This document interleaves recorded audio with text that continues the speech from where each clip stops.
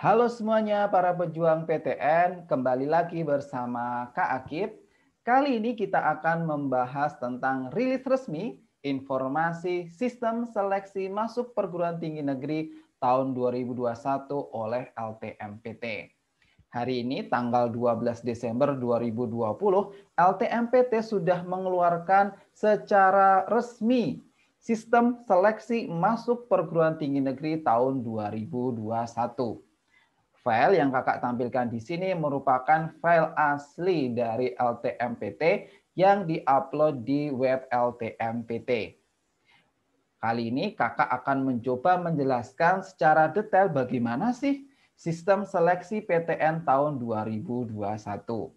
Beberapa hal yang akan kita bahas ada LTMPT itu apa, lalu penjelasan tentang PDSS, SNMPTN, UTBK, jadwal UTBK, SBMPTN, KIP kuliah, dan terakhir alamat dari LTMPT.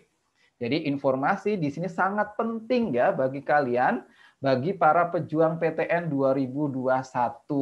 Nanti akan kita jelaskan secara detail bagaimana sih tentang sistem seleksi masuk PTN 2021. Oleh karena itu, silahkan disimak baik-baik video ini dari awal sampai akhir.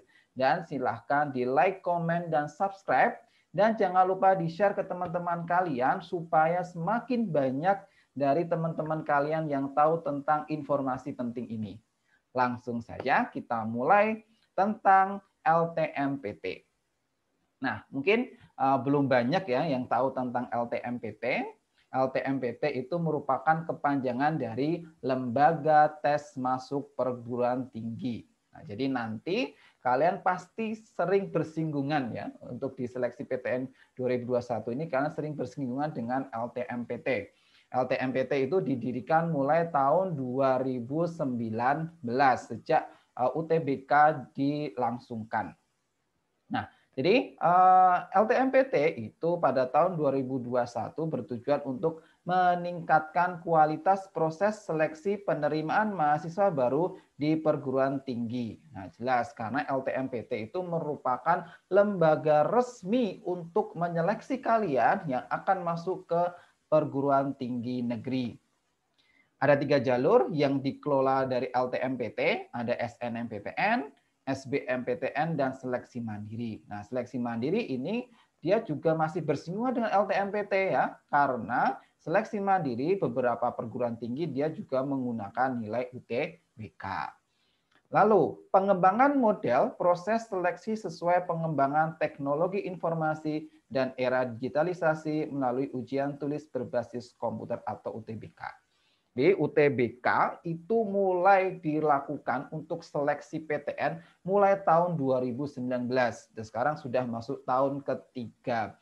Sebelumnya tes masuk perguruan tinggi negeri itu menggunakan tes tulis ya, tes tulis dengan kertas. Nah, mulai 2019 resmi kita sudah menggunakan UTBK atau ujian tulis berbasis komputer.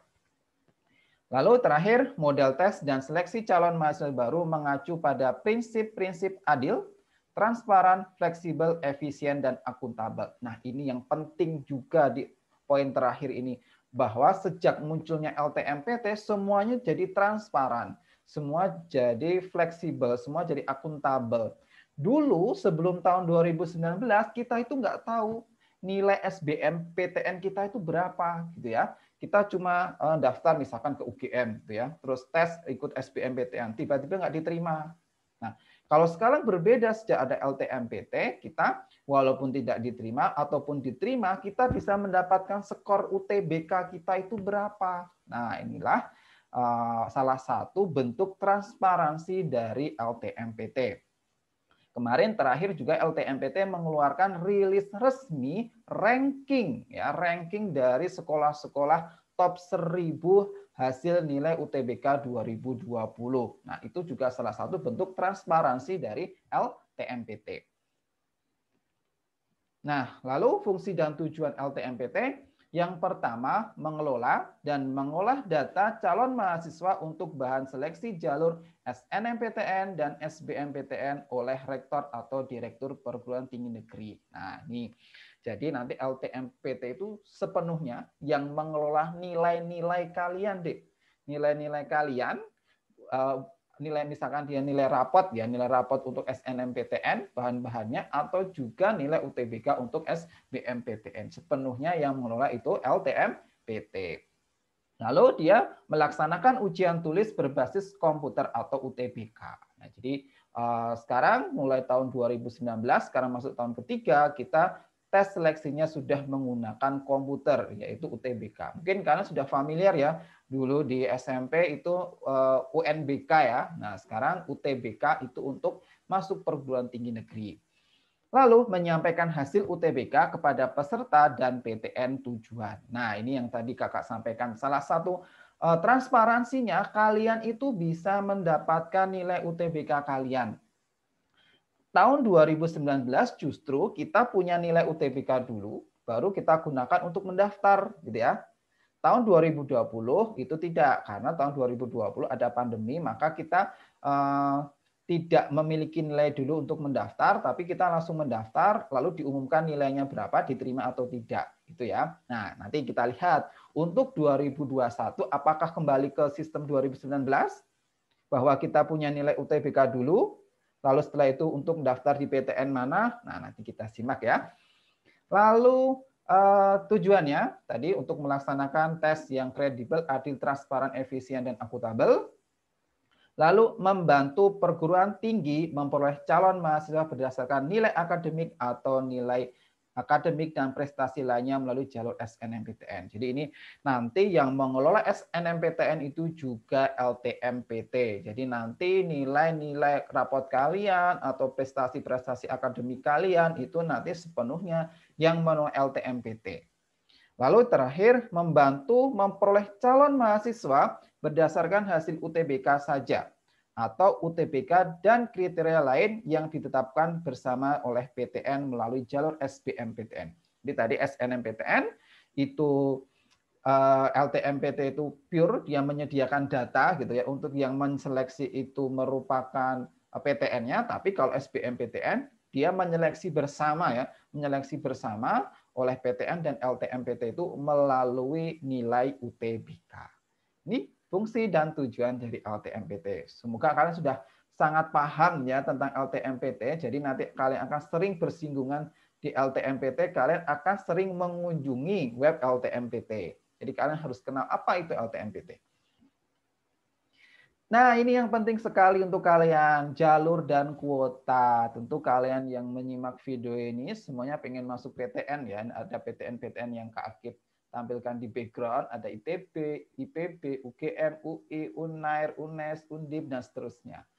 Pasti kalian ingin tujuan kalian masuk ke PTN, salah satu PTN yang di belakang Kak Akib ini. Nah, untuk masuk PTN itu, kalian ada 3 jalur yang bisa kita gunakan. Jalur apa saja? Ada SNMPTN, SBMPTN, dan seleksi mandiri. Nah, akan kita bahas secara detail apa sih masing-masing dari seleksi PTN ini, menyeleksinya bagaimana gitu ya. Yang pertama ada SNMPTN.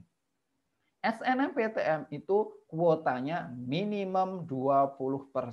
Nah, ini minimum 20%. Artinya apa? Kalau minimum 20%, ya bisa jadi dia lebih dari 20%, ya, tergantung kebijakan dari masing-masing PTN-nya. Tapi minimal harus ada 20%. Misalkan dalam suatu jurusan itu misalkan menerima 100 mahasiswa, ya.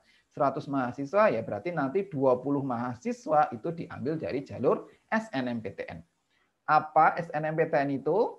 SNMPTN itu berdasarkan nilai akademik saja atau nilai akademik dan prestasi lainnya yang ditetapkan oleh PTN. Nah, itu pure nilai akademik kalian atau nilai rapot kalian. Ya, nilai apa saja yang akan dilihat nanti kita bahas di belakang ya. Lalu prestasi apa saja yang bisa diinput di sini, nah nanti juga akan kita bahas secara detail. Biaya ditanggung oleh pemerintah. Jadi pure SNMPTN ini gratis. Ya, jadi silahkan nanti kalian yang masuk jalur SNMPTN, kalian masuk kuota NSNMPTN, silahkan digunakan kesempatan baik-baik untuk mendaftar di jalur SNMPTN. Yang kedua ada SBMPTN, minimum 40%, luar biasa, paling banyak SBMPTN, hampir separuh ya, 40% ini, hampir separuh. Jadi misalkan dari 100 ada 4, udah 20-nya dari SNM, 40-nya dari SBMPTN. Jadi peluang kalian untuk masuk di PTN itu terbuka besar di SBMPTN. Jadi penting banget kalian perjuangkan di SBMPTN kali ini. Apa itu SBMPTN? Yaitu berdasarkan hasil UTBK saja atau hasil UTBK dan kriteria lain yang ditetapkan bersama oleh PTN. Ya ini misalkan portofolio ya. Kriteria lain itu misalkan portofolio. Ada misalkan jurusan olahraga atau seni itu membutuhkan portofolio. Itu kita masukkan ke kriteria lain. Pelaksanaan tes menggunakan komputer, biaya ditanggung oleh peserta dan subsidi pemerintah. Jadi untuk SBMPTN kalian bayar. Bayarnya berapa? Nah, nanti kita simak di penjelasan waktu SBMPTN. Lalu yang terakhir ada seleksi mandiri, maksimum 30%. Nah, berbeda dengan di awal tadi, minimum, ini maksimum. Jadi nggak boleh dari 30%. Nah, jadi kalau kita totalkan memang dia cuma 90% ya. Kalau kita total ini kan 90%. Yang 10%-nya tadi di mana? Ya nanti bisa masuk ke SNMPTN, jadi bisa jadi SNM yang tadi jadi 30% atau SBMPTN jadi 50%. Bisa jadi, semua itu tergantung dari kebijakan dari masing-masing perguruan tinggi. Yang jelas SNM harus 20% minimumnya, SBM juga minimum 40%, tapi kalau mandiri 30%. Tes mandiri itu seperti apa, Kak Akib? Tes seleksi mandiri itu pure yang menyelenggarakan itu merupakan PTN masing-masing. Nyeleksinya pakai apa? Macam-macam tergantung dari PTN-nya. Bisa dengan tes ya, jadi dia tes sendiri di PTN itu, bisa pakai nilai rapot, bisa pakai hasil UTBK, atau bisa jadi gabungan dari ketiga itu. Nah, masing-masing kebijakan dari masing-masing PTN ya. Kayak tahun kemarin ini UI ya, UI itu dia pakai tes tahun 2020 ya. UI itu dia pakai tes, pakai rapot, pakai nilai UTBK, semuanya digabung jadi satu. Itu seleksi mandiri atau SIMAK UI 2020. Nah, untuk UGM kemarin rapot dan nilai UTBK. Jadi tergantung PTN masing-masing gitu ya. Jadi silahkan nanti kalian pilih ya, mau masuk SNM, SBM, dan mandiri. Yang jelas nanti kalau waktunya SNMPTN dulu, setelah itu baru SBMPTN, baru seleksi mandiri. Ada catatan di situ bahwa yang tanda bintang seleksi mandiri untuk PTN Badan Hukum atau PTN BH, SBMPTN minimum 30% dan seleksi mandiri 50%. Oke. Ini ada perbedaan untuk PTN-BH. Itu ternyata SBMPTN-nya tidak harus 40%. Minimum 30% saja dia sudah memperbolehkan, dan mandirinya ternyata diperbanyak ya. Mandirinya justru diperbanyak, yaitu maksimumnya 50%. PTN mana saja yang dia masuk ke PTN-BH? Nah, ini pasti berpengaruh ya ke target PTN kalian masuk PTN BH atau tidak. Kalau masuk PTN BH bisa jadi nanti mandirinya justru kuotanya besar, SBMPTN-nya kuotanya diperkecil.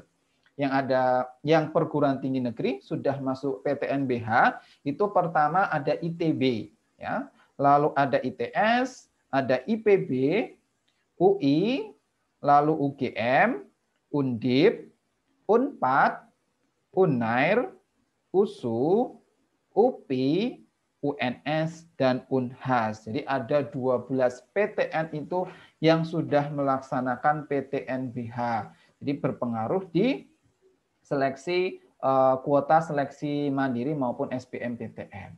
Sebenarnya PTN-BH itu apa? PTN-BH itu seperti otonomi khusus ya. Jadi PTN itu diberikan otonomi untuk mengelola keuangannya sendiri, untuk mengelola sistem pendidikannya dia sendiri. Nah, itu definisi dari PTNBH. Itu ya. Silahkan nih dicatat baik-baik jalur apa yang akan kalian coba, SNMPTN, SBMPTN, atau seleksi mandiri untuk masuk ke PTN, target PTN kalian. Oke. Nah, ini juga penting sekali tentang sistem SOS, Single Sign On. Nah, SOS itu apa? SOS itu merupakan kebijakan dari LTMPT untuk semua yang akan ikut seleksi PTN 2021 wajib memiliki akun LTMPT. Jadi SOS itu untuk pengisian PDSS, pendaftaran SNMPTN, pendaftaran UTBK, dan SBMPTN nanti harus memiliki akun di LTMPT. Nah, caranya gimana? Supaya punya akun LTMPT, registrasi di portal ltmpt.ac.id. Jadi nanti untuk pengisian PDSS, untuk pendaftaran SNMPTN, dan pendaftaran UTBK, SBMPTN. Nah, tanggalnya ini dicatat baik-baik. Tahun kemarin kakak mendapatkan beberapa laporan, mereka tidak bisa mendaftar SBMPTN. Kenapa? Karena dia belum punya akun dan tanggal pembuatan akunnya sudah terlewat. Nah, ini penting sekali bagi kalian. Silahkan nanti kalau sudah tanggalnya langsung membuat akun LTMPT.